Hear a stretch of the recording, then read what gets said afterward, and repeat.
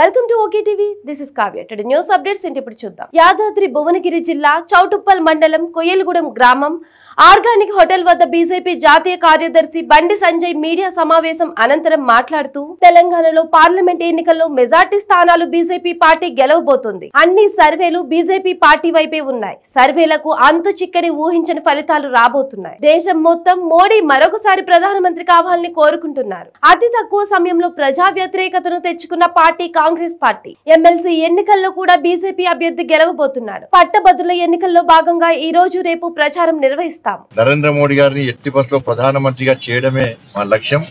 నరేంద్ర మోడీ గారు ప్రధానమంత్రిగా లేని ఈ దేశాన్ని ఊహించుకోలేం.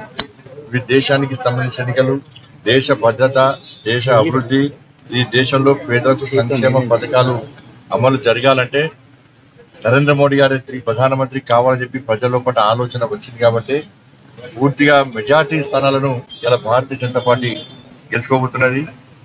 ఏ సర్వే చూసినా కూడా ఇలా భారతీయ జనతా పార్టీకి అనుకూలంగా ఉంది. ఇంకా ఏమైనా జరగవచ్చు, ఎక్కువ సీట్లు రావచ్చు అటువంటి ఆలోచనతో ఇలా ప్రజలు.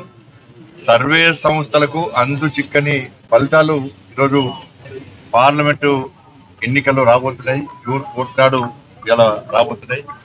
కాబట్టి ఈ కార్యకర్తలందరూ కూడా చాలా కష్టపడి పనిచేస్తున్నారు. బట్ అన్ని మ్యాక్సిమం స్థానాల్లో మేము గెలవడానికి అనుకూలమైన వాతావరణం ఉంది. దాంతోపాటు శాసన మండలి ఎమ్మెల్సీ ఎన్నికల్లో కూడా భారతీయ జనతా పార్టీ గెలవబోతున్నారు. ఎందుకంటే బీఆర్ఎస్ పార్టీకి ఓటేసే స్థితిలో ప్రజలు లేరు. బీఆర్ఎస్ పార్టీని ఇంకా కూకటి రోజుతో పెకిలించాలని ప్రజలు కష్టం ఉన్నారు. అతి తక్కువ సమయంలో ప్రజా వ్యతిరేకతను రెట్టింపుగా స్థాయిలో దూరంగా ఉన్న పార్టీ కాంగ్రెస్ పార్టీ. కాబట్టి రాబోయే రోజుల్లో కాంగ్రెస్ పార్టీని ప్రశ్నించాలన్నా, కాంగ్రెస్ పార్టీని నిలదీయాలన్నా, కాంగ్రెస్ పార్టీ వ్యతిరేకంగా ఫైట్ చేయాలన్నా, గతంలో భారతీయ జనతా పార్టీ మాత్రమే బీఆర్ఎస్ పార్టీ వ్యతిరేకంగా చేసింది. ఇలా కాంగ్రెస్ పార్టీ పరిస్థితి అదే. వాటి కాంగ్రెస్ పార్టీ వ్యతిరేకంగా ఫైట్ చేయాలంటే అది భారతీయ జనతా పార్టీకి సాధ్యం.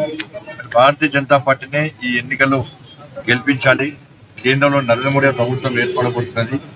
ఇక్కడ బీఆర్ఎస్ పార్టీ, కాంగ్రెస్ పార్టీ కుమ్మక్కై వాళ్ళ బీజేపీని ఓడించే ప్రయత్నం చేస్తున్నారు. కాబట్టి ఇటువంటి పరిస్థితుల్లో ఇవాళ మేధావి వర్గం అంతా కూడా, గ్రాడ్యుయేట్స్ అంతా కూడా, ప్రతి ఒక్కరు కూడా ఈరోజు ఎమ్మెల్సీ ఎన్నికల్లో భారతీయ జనతా పార్టీకి ఓటేయాలని చెప్పి నిర్ణయించుకున్నారు. కాబట్టి నాయకులు అందరూ కూడా దీనికోసం ప్రచారాన్ని